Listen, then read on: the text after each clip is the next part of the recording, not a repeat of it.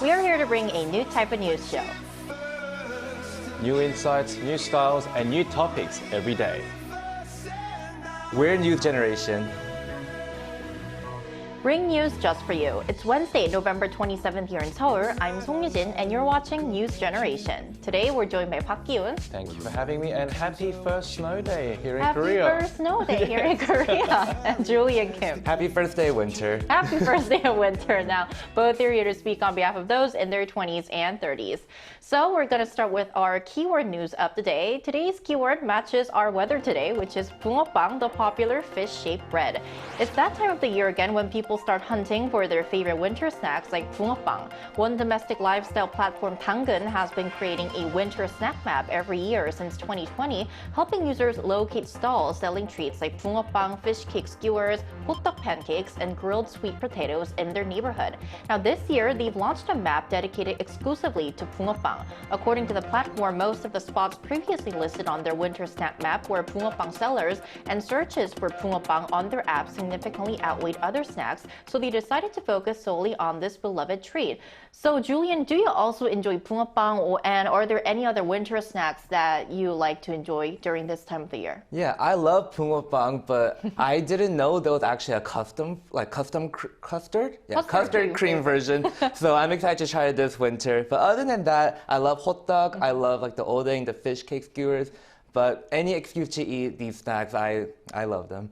So it seems like you're a big fan of Korean winter snacks. Yes. Now, what about you, Gyun? Are you also a big fan of these treats too? Definitely. I remember eating all these snacks when I first came to Korea, and like especially obviously during winter. There's also like 군고구마, which is baked sweet potato, and like what Julie mentioned, there's 호떡 as well. But there's also 군bam, baked chestnuts. But I heard that there's one actually down the street from Arirang. You told me, right, before the show? Yeah, there's a 붕어빵 stall if you ever have a chance to come to Arirang. There's one just Arirang. down the street. But I think this app is very, very helpful. Yeah. Not just to Koreans who, actually feel like having these snacks, because it's not as easy to find them in the streets as nowadays compared to before. And I think I remember having a lot of these fish cake skewers back in the day. But even recently, like nowadays, they still have it, but not so much these 붕어빵 stores.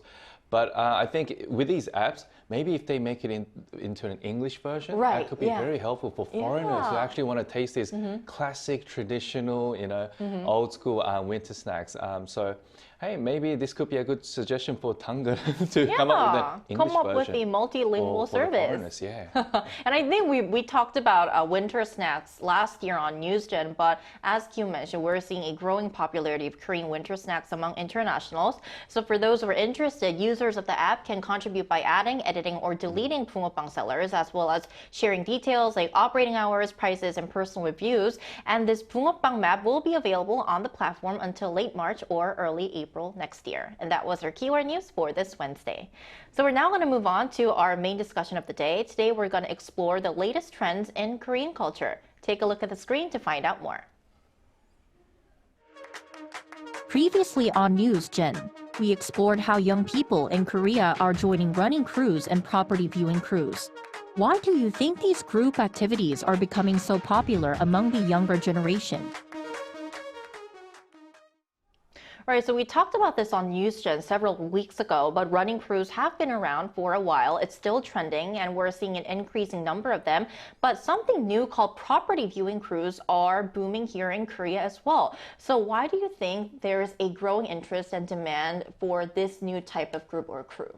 Right, before I delve deeper into your question, there is a strong sentiment of collectivism and sense of belonging here in Korea, embedded in the Korean culture. Even though people in their 20s and 30s, are more known for their independence and individualism, I think it's in our blood and DNA that cannot really change over generations. So going back to your question to the property viewing crew or 임장 crew in Korea, it's a community that mainly consists of people in their 20s and 30s that gather on weekend mornings looking for housing properties on the market. The main reason for the growing interest in this particular crew is that young people feel discouraged, helpless, and even they even have a lack of knowledge when it comes to investing in real estate because of its, obviously soaring prices. So hence, viewing houses with someone around your age in a similar situation can give you more courage and gain a better understanding of the housing market by sharing your thoughts and experiences with the crew members. And they also see this type of activity as something very productive to do, especially on a weekend, because I think most of these crew members in their 20s and 30s, they are obviously workers, mostly in the office. Right. And they realize that just with their salary, it's almost impossible to buy a house, buy their own house, like an apartment here in Seoul. So I think because they have this shared kind of same sentiment, they can actually, talk about different things about their future and investment, which is in Korea, buying a house is also about, just living there, but it's also a part of investment, right? Especially apartments here in Seoul. So I think they have that kind of thought as well, like thinking of it as a part of investment. And just looking at these houses with your peers kind of motivates you that I should Yep. work harder and someday I could buy a house. So talking about these property viewing crews, are called 임장 crews here in Korea. Julian, can you tell us a bit more about how these crews actually work or operate? Yeah, so if you search many of these major social media platforms here in Korea, you'll find open chat rooms or posts recruiting people to join these real estate scouting trips. These often include descriptions for people ages 20 to 39, and it says something like, meet twice a month on weekend mornings, or for real estate beginners. So a lot of millennials and Gen Zers form small groups and schedule times to visit these properties. And so they search for neighborhoods that they're interested in. So basically how it works is that if you are interested in joining this 임장 crew, you first search online for a specific neighborhood and you join that open chat room. And from there, a small group and a real estate agent will get together and tour some property together. And afterwards, they all get together at a cafe or a restaurant, discuss what they liked about the house, what they didn't like about the house, as well as real estate, investment value, and more. I think this will definitely be a great opportunity for young people to actually study real estate and take a look firsthand. Now, going back to our main discussion, from working out to exploring real estate, young people in Korea seem to prefer doing things together as a group or a crew, and this seems to contrast with the widely held belief that millennials and Gen Zs are sort of more individualistic when compared to the previous generation. So, Hyun, what do you think is driving this crew doing it together culture among our generation? Like I said before, it's always been rooted in our culture. And I think people in general feel a sense of rapport, trust, and intimacy when they do things in a group together with a common goal or mindset. Obviously, you feel less lonely in a world that seems more connected than ever. And this is very contradictory, but I say this because studies have shown people who spend longer screen time are more likely to become depressed than those who actually don't.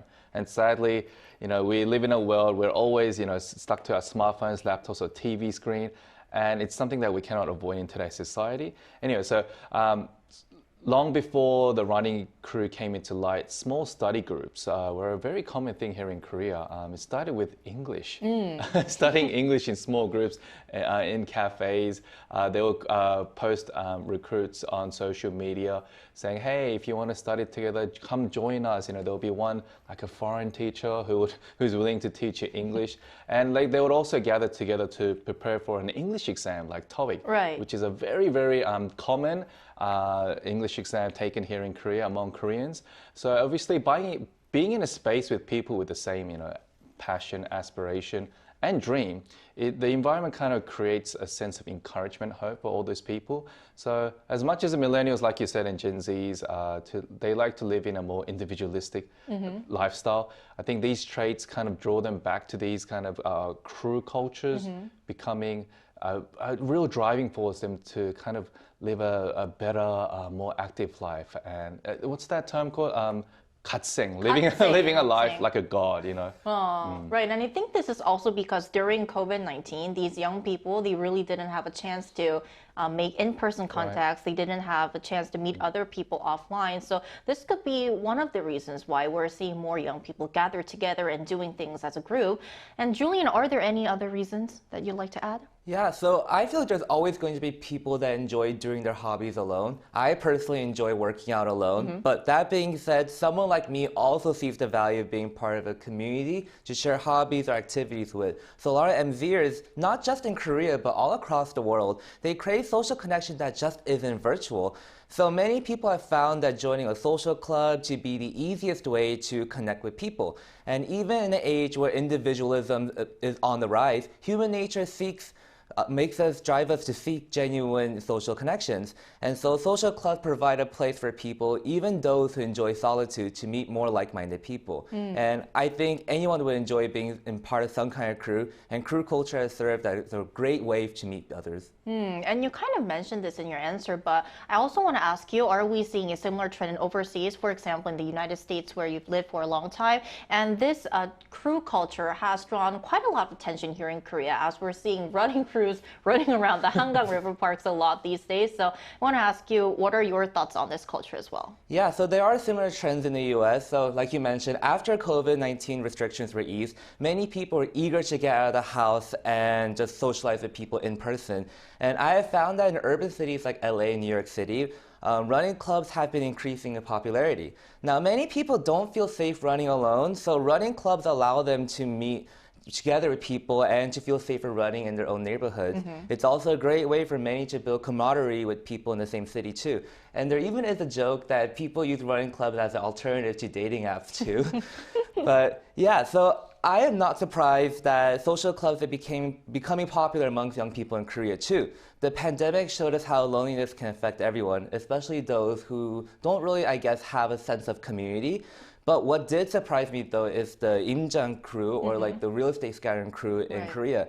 Maybe it's just because I don't have like a strong enough of an interest in real estate, but I found it fascinating to learn more about this crew.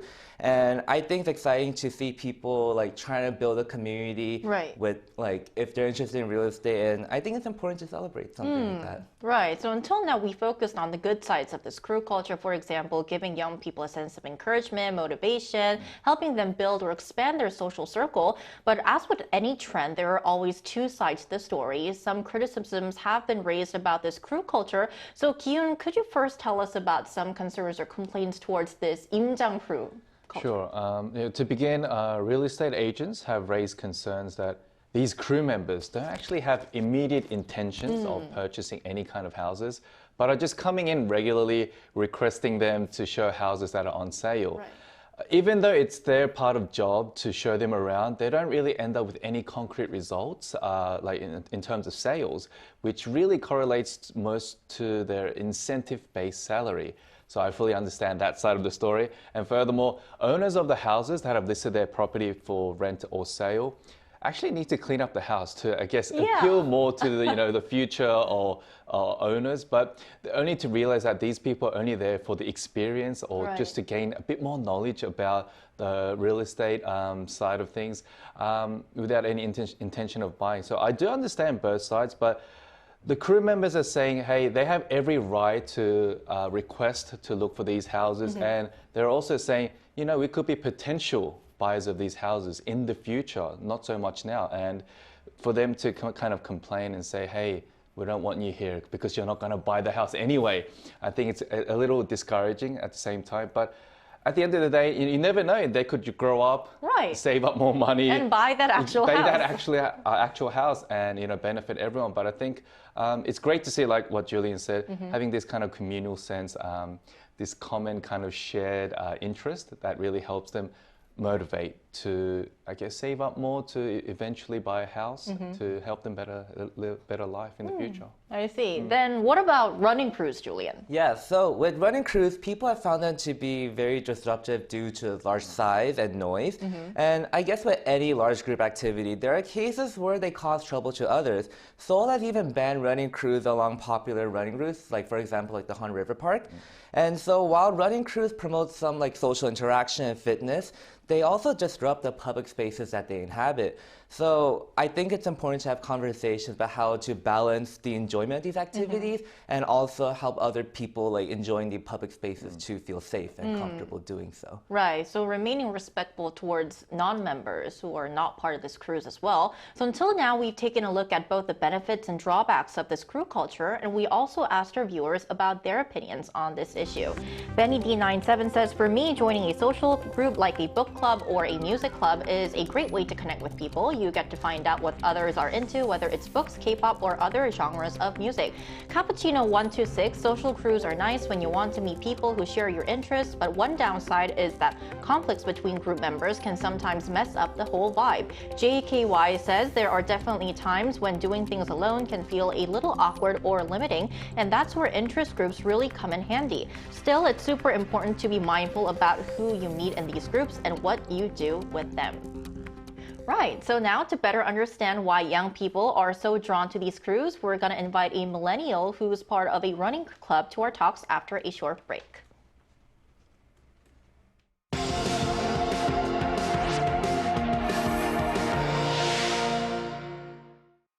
NewsGen wants to hear from you.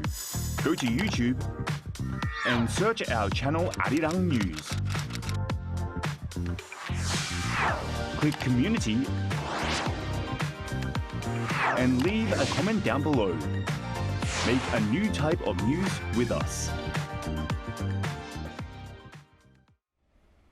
Joining us today is Matthew Ambrose, a millennial from Switzerland. Matthew previously joined our interview on running club fever here in Korea. Welcome back to the show, Matthew. Great to be back. Great to have you back. So Matthew, I want first to ask you, we all know that you are part of a running club, but could you please tell us what kind of other clubs or social groups you've participated in until now? Yeah, so I think when I first came to Korea, one of the things I wanted to do was to learn Korean. So what better way than to join a language exchange group, which I did. And a little bit later on, as I changed careers from being an English teacher to going into news, I then actually also started to join a couple of clubs that did networking parties, and basically you would meet people from all kinds of industries. It was kind of a very much open book. Foreigners meet Koreans and talk about business opportunities that they could potentially engage with together. Matt, so you've obviously have a lot of experience in different types of crews and groups and social gatherings, but do you think there are any drawbacks? And of course, the main benefits of joining these type of crews? Well, I mean, it does sometimes create a bit of a reliance. When you are normally accustomed to doing things alone, you do have a sense of independence, but it can get lonely. Now, the same is true on the other extreme side of things. If you start to draw this dependency on having to go to these groups, you suddenly realize that maybe you're not as independent anymore, and getting stuff done by yourself is not as easy. And there are times when you're going to have to be, standalone. So did you find anything unique about Korean crew culture? And also, what steps can be taken to ensure that this crew culture remains respectful and doesn't cause inconvenience or harm others too? I think the Korean crew culture noticeability, like the real distinction was in the running crews, because I was the only foreigner there. So that's where I really felt it the most. They are a lot stricter than Western clubs. Western clubs are a lot more laissez-faire. They will just let you come in and out and do whatever it is and join or leave whenever. The Korean running club culture, they would often have a bit of a system, an attendance system, and you would often get allowed into the group if you attended 6 times in a row and you didn't miss one. And then, if you missed enough, then you would be cast out of the group. You would still be allowed to join them, but you wouldn't have like certain group benefits anymore. And then, there were people who were always trying to compete with each other for like leadership positions within the crew. And I just, to me as an outsider, it just seemed rather peculiar. I see. All right, Matthew, thank you so much for sharing your experience today. Sure. Thank you. Thank you. Right, so ending off, I would like to ask this question to our panelists. What are some key points that we should keep in mind when participating in a crew or a social gathering? Because I think the last thing we want to do is disrupting or causing harm to those who are not part of the group, right? No, you're right. Not causing harm to those who are not part of the group. is also an important factor. But once you join these kind of crew like groups, it's really important to be mindful of what just Matthew just talked about. You know, they'll have each group will have their own kind of rules and regulations that you need to keep, and then your first intentions of joining this crew might change over time because of these strict rules that you have to keep. Otherwise, they can kick you out, and like they will all have like different leaders, and obviously not all leaders are great leaders that you want to follow. So before you actually join crews, I'm sure, like just what Julian just mentioned before, there are different kind of different sorts of groups as well that have different kind of obviously rules, sets, and regulations. So read beforehand, and instead of like falling too deep into it, I think what just Matthew said was I think people become too dependent on these groups and these members as well, and you kind of lose the core. I guess mission why you actually joined in the first place. So if you want to make a decision, let's say if you want to buy a house, I mean, instead of you coming up with your own decision, you would end up asking everyone, and then that would just not really help you in the end, because at the end of the day, it's your money that you want to you'll be spending. So I think maintaining that independence before becoming too reliant on these members, as long as you're mindful of that, and being kind of be independent at the same time, like being able to say no to these gatherings, because I'm sure these gatherings, they might have different motivations deep inside. So being mindful and being actually knowing when to say no and to differentiate your main purpose from when you actually first join could be a bit more beneficial in getting the most out of these crew, I guess, groups. Right. So doing your research and also maintaining your opinion and voicing on your opinion. What about you, Julian? Yeah, so just going off of what Ki-hoon said, I think it's very important to be mindful of your environment. Don't be too loud, don't be too disruptive too. But yeah, it's important to keep and maintain these groups a safe place for people to meet. And as long as we come in with like open-mindedness, enthusiasm, and practice basic social etiquette, I'm sure you're going to have a great time joining these crews. And putting yourself in the shoes of others as well. And that's all we have for today, but Newsden will be back tomorrow at 10:30 a.m. Korea time. Special thanks today to Park Ki-hoon. Always a pleasure. Thank you. And Julian Kim. Thank you for having me. Thank you. And thank you everyone for watching, and we'll see you tomorrow. We are New Generation.